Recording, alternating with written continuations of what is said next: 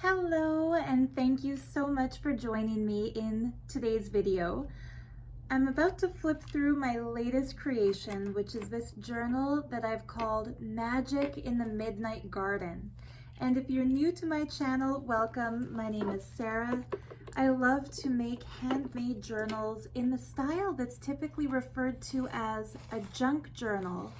Only I can't really call these junk because I spend a lot of time and invest a lot of money in making them as beautiful and as high quality as I possibly can. So while traditionally junk journals are made using only recycled items that otherwise would have been thrown away, like old cereal boxes and paper that has been used on one side, so you're reusing the clean side, I try to make mine a beautiful mixture of both recycled things as well as totally brand spanking new materials.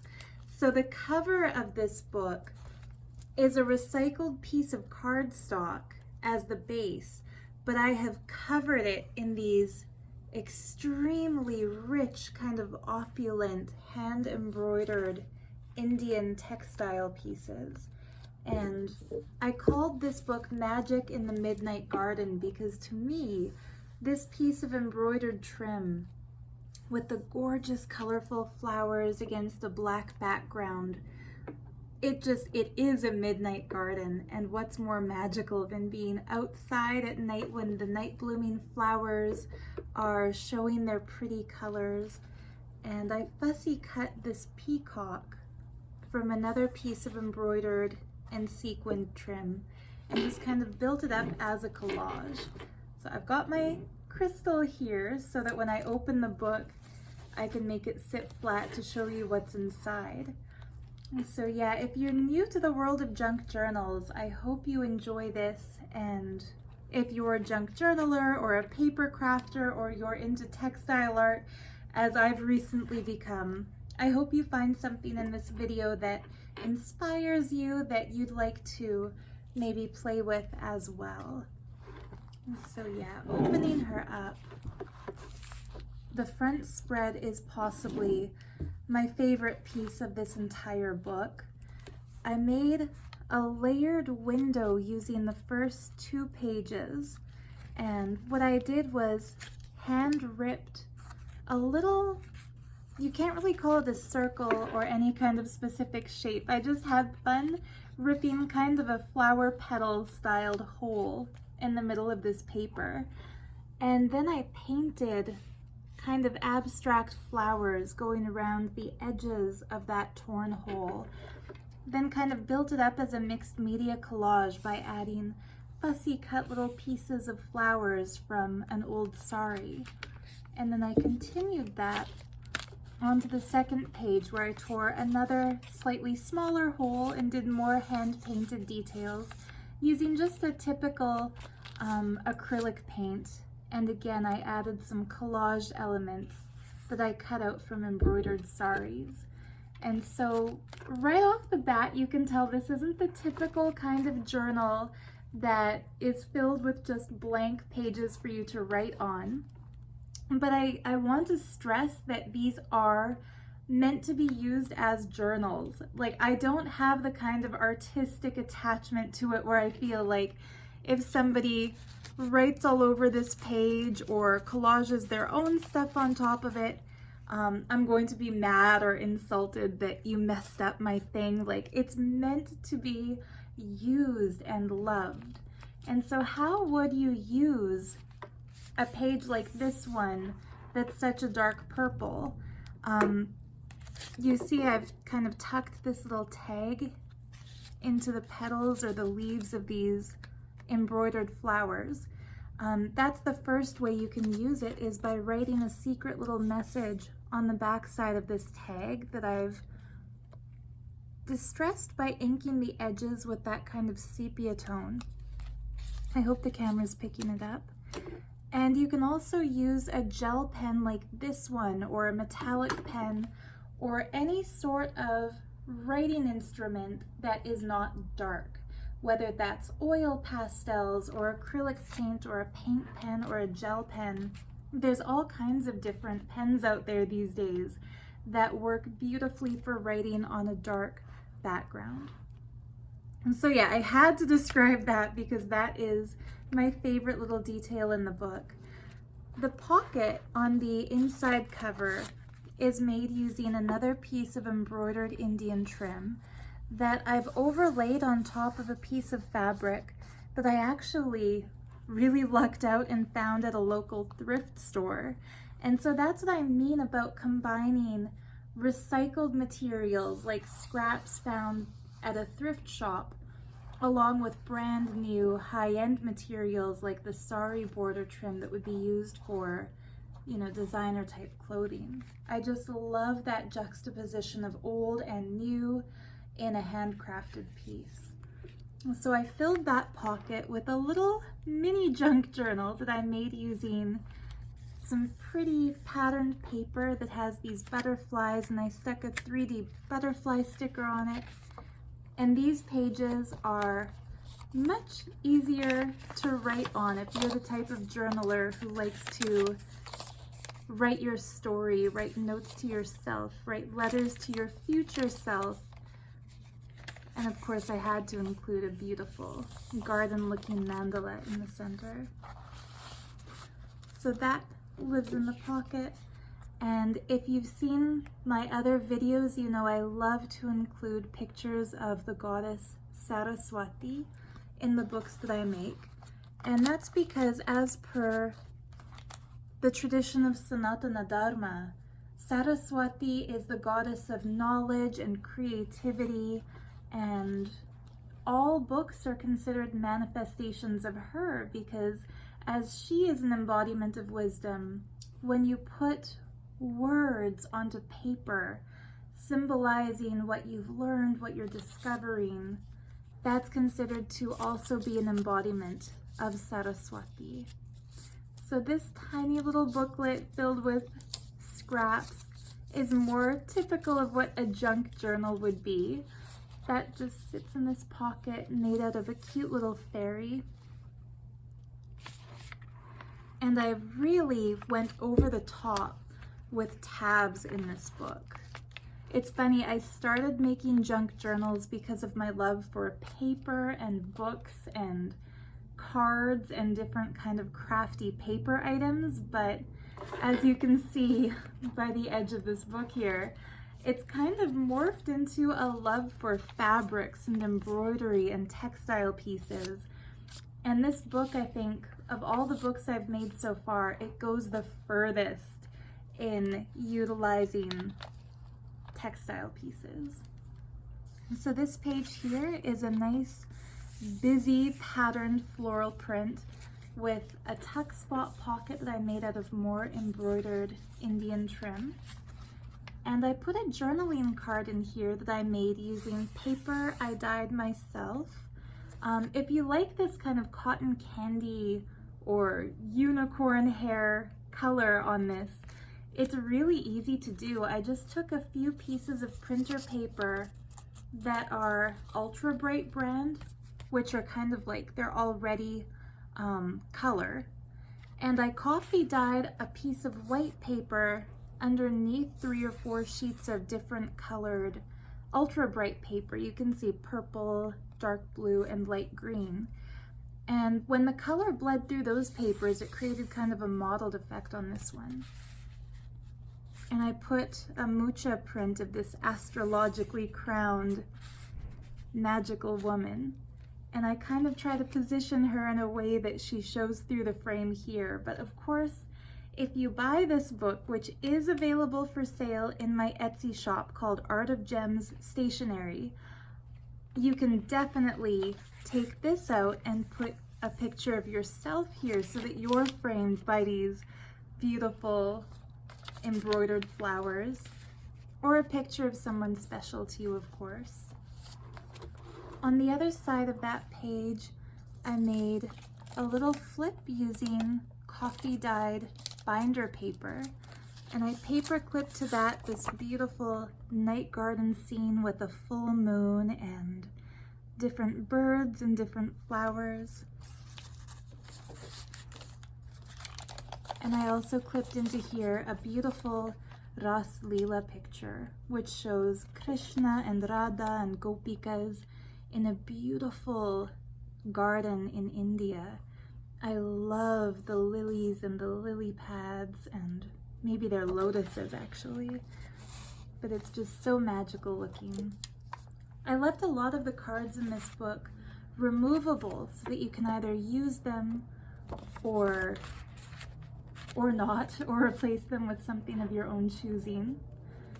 This one I put the tab right on the card so it sticks out and adds a little texture.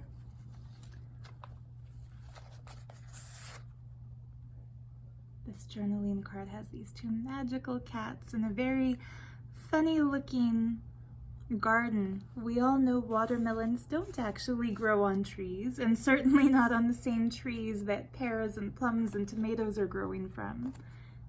But I tucked that into here by making a little tuck spot using these cutouts of cool looking insects. I used this piece of lace as an actual page. Here's a beautiful Greek goddess surrounded by little night fairies. Another full moon scene, which is kind of a theme throughout the book. And then a whole page that you can either collage on or journal on or write on. And if you're wondering what to do with pages like this that are already printed with design, those make great backdrops for your own collages. So if you save ephemera, you know, things that are special and meaningful to you, like plane tickets or movie ticket stubs or programs for a play that you go see, this creates a nice little spot to tuck them and keep them. Another little journaling card.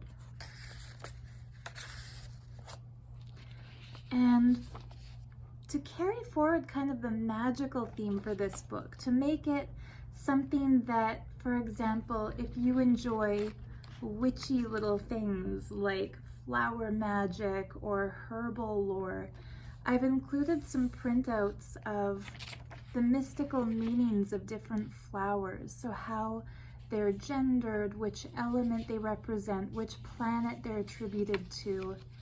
And I thought these were so much fun. They're kind of sprinkled throughout the book.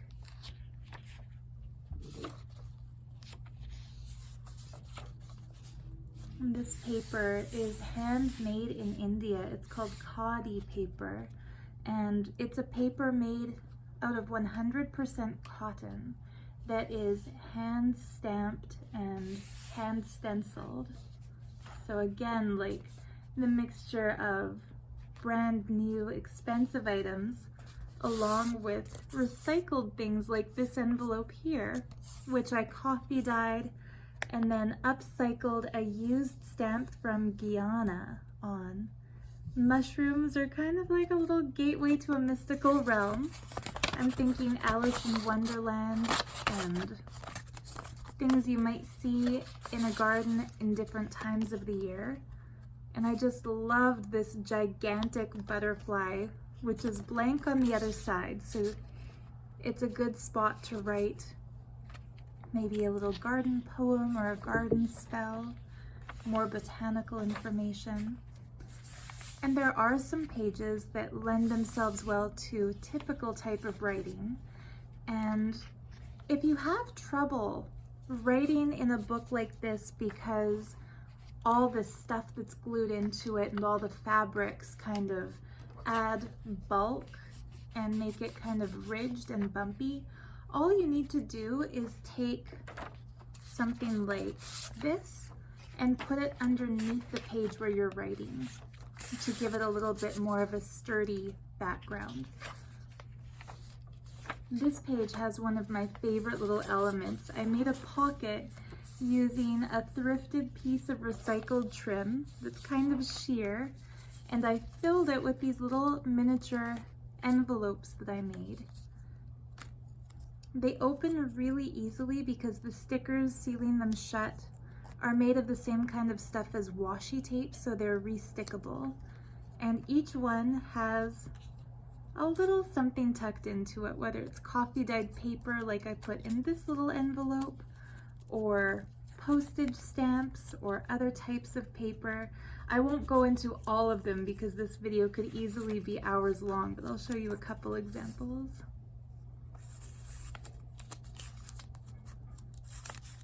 So there you see. So yeah, these little envelopes, they reminded me of the kinds of letters people write and put into tiny, tiny, tiny little envelopes to carry wishes. Or look at that Japanese stamp, isn't that adorable? That's a real stamp. All the stamps I've used throughout the book have actually gone through the post. So they are used stamps, but they're genuine little pieces of ephemera. But anyway, I have a friend whose mother had made a little fairy garden for her kids, and one of the things that they do when they visit their grandmom is write tiny little letters to the fairies who they believe live in that fairy garden. So here are some fairy letters, and on the next page there's a beautiful spot for writing next to this antique image I found that I printed out of fairies in a really magical looking garden landscape. And then this is one of my favorite pages too. I made a little pocket here using a printable from the shop called Medieval Mirage, and I overlaid this embroidered flower from India on top of it and just kind of held it together with a grommet. And the grommet is fun because it makes a little tiny golden window here. So if you're really creative, you could draw a miniature little teeny picture and put it in there so that it's framing something. But what I've put in there is this little envelope I made out of a piece of origami paper, and I put a couple of playing cards in it, and this little kind of postcard that I made from a patterned piece of paper. Yeah, and these playing cards are fun. I bought this deck of cards on a recent trip to Waterton Lakes National Park, and each card shows different wildflowers. So those could be used in a collage or kept as they are, or used to decorate something. This beaded, sequined, embroidered fabric is one of my favorites. If you're a regular subscriber, or if you've seen my last couple of flip through videos, you'll notice that I'm using pieces of this material in almost every book. I think this is the third book I've put it in, and it's because it's my favorite. I just love it so much. With the little miniature pearls and the little golden sequins and the pink and blue flowers.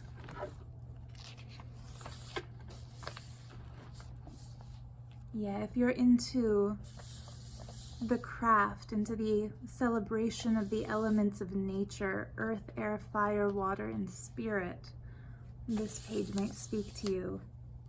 And if you're like me and you just enjoy some vegan rhubarb pie, it's nice to see what properties that rhubarb has.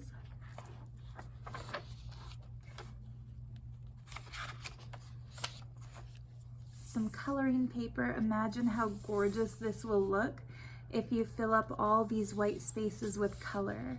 Kind of psychedelic on that black background. The centers of the signature, I put these black doilies.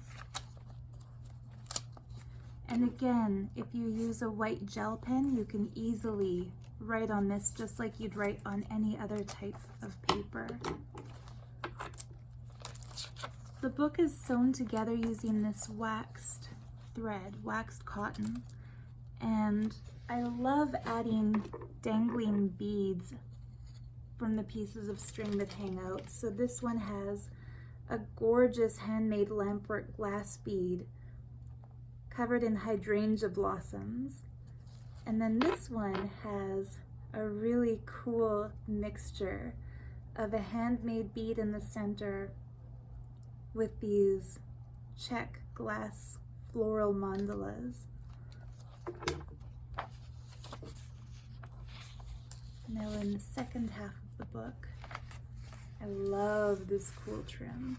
It reminded me of grass, like overgrown wild grass that I would love to curl up in with a good book. Maybe this book. Unfortunately, the word fruit got cut off a little bit where it's supposed to say star fruit, but I've read through it, and even though the very edge of some of the words are snipped, you can still understand what it means. Here's the other side of that fairy garden, and I put a little miniature envelope that it's kind of a faux envelope. It opens up so you can write in it, and put a little snippet of embroidered trim on that, and it's a tuck spot. So what I've put in this tuck spot is a little miniature envelope I printed on cardstock with this cool space galaxy stuff on the inside, and I filled it with little miniature cards of the same print, so you can write more little notes to the fairies or little notes to self. Or what I like to do on little papers like that I stick in my journal is write my passwords down, because it regularly happens. I change my passwords so frequently that I sometimes forget which password is connected to which site. This pocket is made out of coffee dyed paper that I added this beautiful green velvet trim to. That was another thrift store find, this green velvet trim. I put a pretty dragonfly into it. You can either leave the dragonfly in that pocket or use it to decorate one of the pages, or use it wherever you'd like, actually, for that matter. As I've said in some of my other videos, when it comes to little pieces like this, sometimes I'm tempted to, what I was going to do here was glue it onto the front of this envelope to make it look extra cool. But then I thought maybe whoever buys the book would rather put something else on that envelope, so I've tucked it into the pocket, and that way you have the choice to use it how you'd like to use it. But yeah, that's what I was originally going to do. And I try to hold myself back from over decorating everything so that there's still some space for you to write, draw, collage, paint, journal. Like, here's a great little label where you can write a quote or a message to yourself or something of personal importance, and then the whole rest of this page for journaling. Tucked a really pretty moth into it, and a journal card.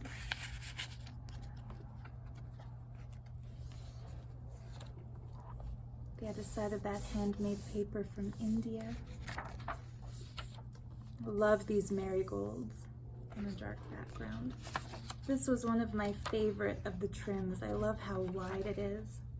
And for my vegan friends, I have to give full disclosure. When I ordered these trims, the materials were listed as cotton and rayon, but after doing some research, I found out some of them actually include Dupioni silk, which I've Googled. I felt so guilty. I won't be buying any more of it. So what I have is all I'm ever going to have. I will use up what I've bought, but for vegan purposes, I generally avoid silk. And the reason is, in typical silk manufacturing process, they boil the cocoons that turn into the silk with the silkworms still alive inside, which to me is just horrific and cruel and inexcusable.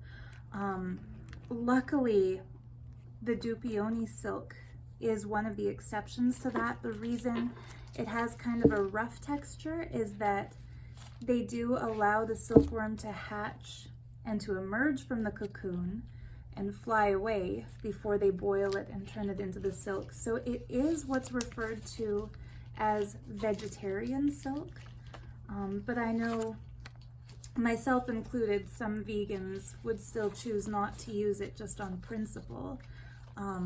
But at least it's not the type that, I think this was one of those Dupioni pieces.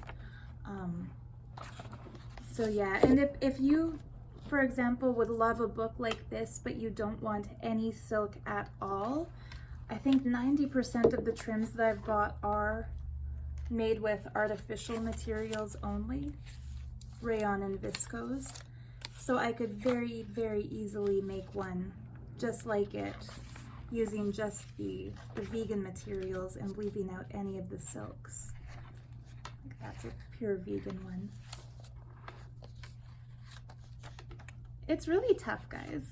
When you make that decision to live a cruelty-free lifestyle, I shouldn't say it's tough. It's easy to stick to your principles when it comes to things that you know contain animal products, but it's difficult when things are labeled rayon viscose and then later you see the same thing listed somewhere else and it's described as dupioni.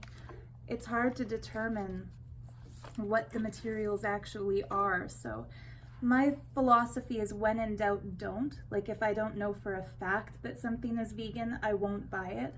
But yeah, I got a little textile happy. I think this one is a dupioni. This one is dupioni. Anyhow, we're nearing the end of the book. I'm going to cut my over descriptions here. I left these blank on the back so that they make an easy space to write. I love how this page turned out. I made a fabric flip that contains another one of these pretty journaling cards made out of scrapbook paper. And this is a great spot to write a nice long message. It would kind of look like old school classroom writing, wouldn't it? Like if you use a white pen on this black background, it would look like chalk on a chalkboard. This is another handmade cotton paper from India. This pretty journal card. I printed out this painting. And this paper clipped it in. I've been using these in all of my latest books. It's a piece of rayon sari border that has this pretty embroidered flower cluster pattern. And I've actually left it open on one side so it contains a little miniature junk journal with a lot of different recycled papers and coffee dyed papers. So that is a fun spot to write your secret messages, because I don't think, unless somebody watches my videos, I don't think they would know that this pretty little removable journal tab has a whole little tiny book inside it. And I stuck this vintage Faeries in a Night Garden print onto the paper. And this is also a little pocket. So you could, if you want to move this somewhere else, this paper can easily be tucked into that pocket instead.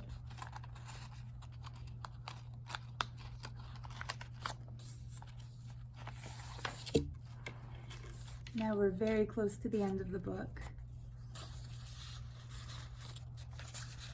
Things are falling out because I had other stuff paper clipped into that same spot, including this fun recycled paper scrap strip booklet.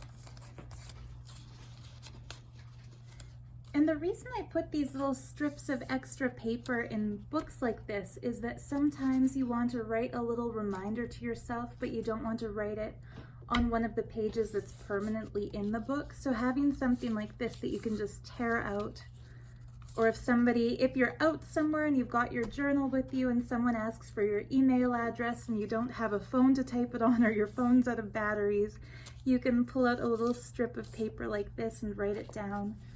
We all need little bits of paper from time to time.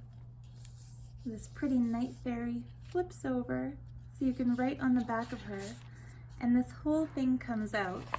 It's just a recycled page from an old kid's book that was falling apart. This is the center that I tore out of that very, very first page. I don't like to waste things, so when I tore out this shape, I saved the piece I tore out and made that into a little tuck spot. And into that I tucked this unbound little booklet made with a print of the zodiac wheel. And I just stuck some random little papers, including this recycled newsprint. I held that together with a paper clip, so if you want it kept as a book, you can keep that as it is, or if you want to use those pages separately, you have that choice too. And now we are at the very back, where I stuck a little hidden message. You don't need to be perfect to be wonderful. And doesn't that describe handmade books in a nutshell? They're not perfect. They're not like a manufactured book with all clean edges and straight lines and perfectly measured stuff. Like, they're torn edges and random bits and mismatched things and ancient things, like this very, very, very old piece of a French magazine. I think this is from the 1930s. I love that. In my rusty French, I can read a little bit of it. Vous chez les couturières. So it's like the visit to the couturier, like to the clothes maker. Dans son ensemble, la mode nouvelle est raisonnable, inspirée par la vie compliquée de notre époque.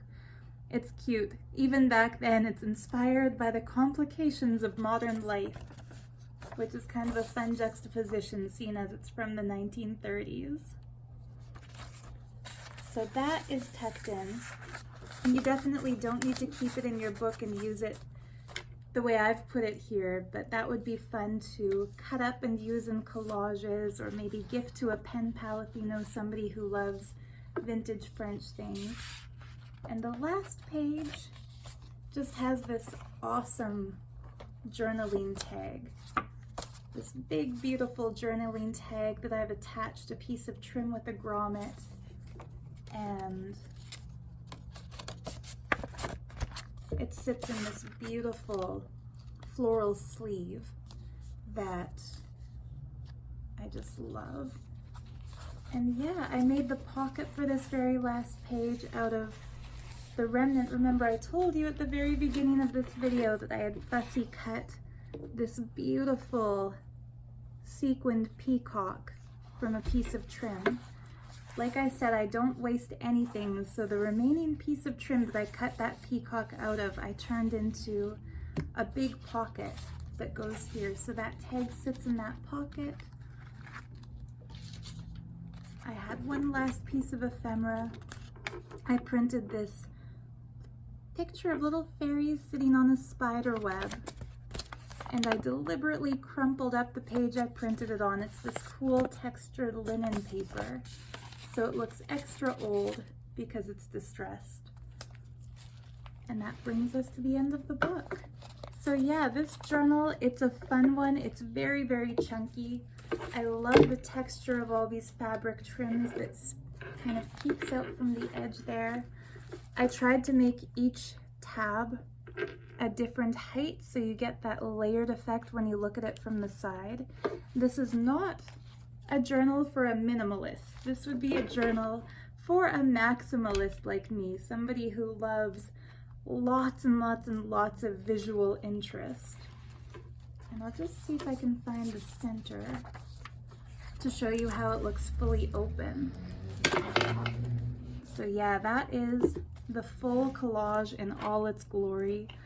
I am so happy with the way this one turned out. You know, sometimes you pull out your materials and you start gluing them together and you're not quite sure how it's going to look, but this one I really feel it all came together nicely.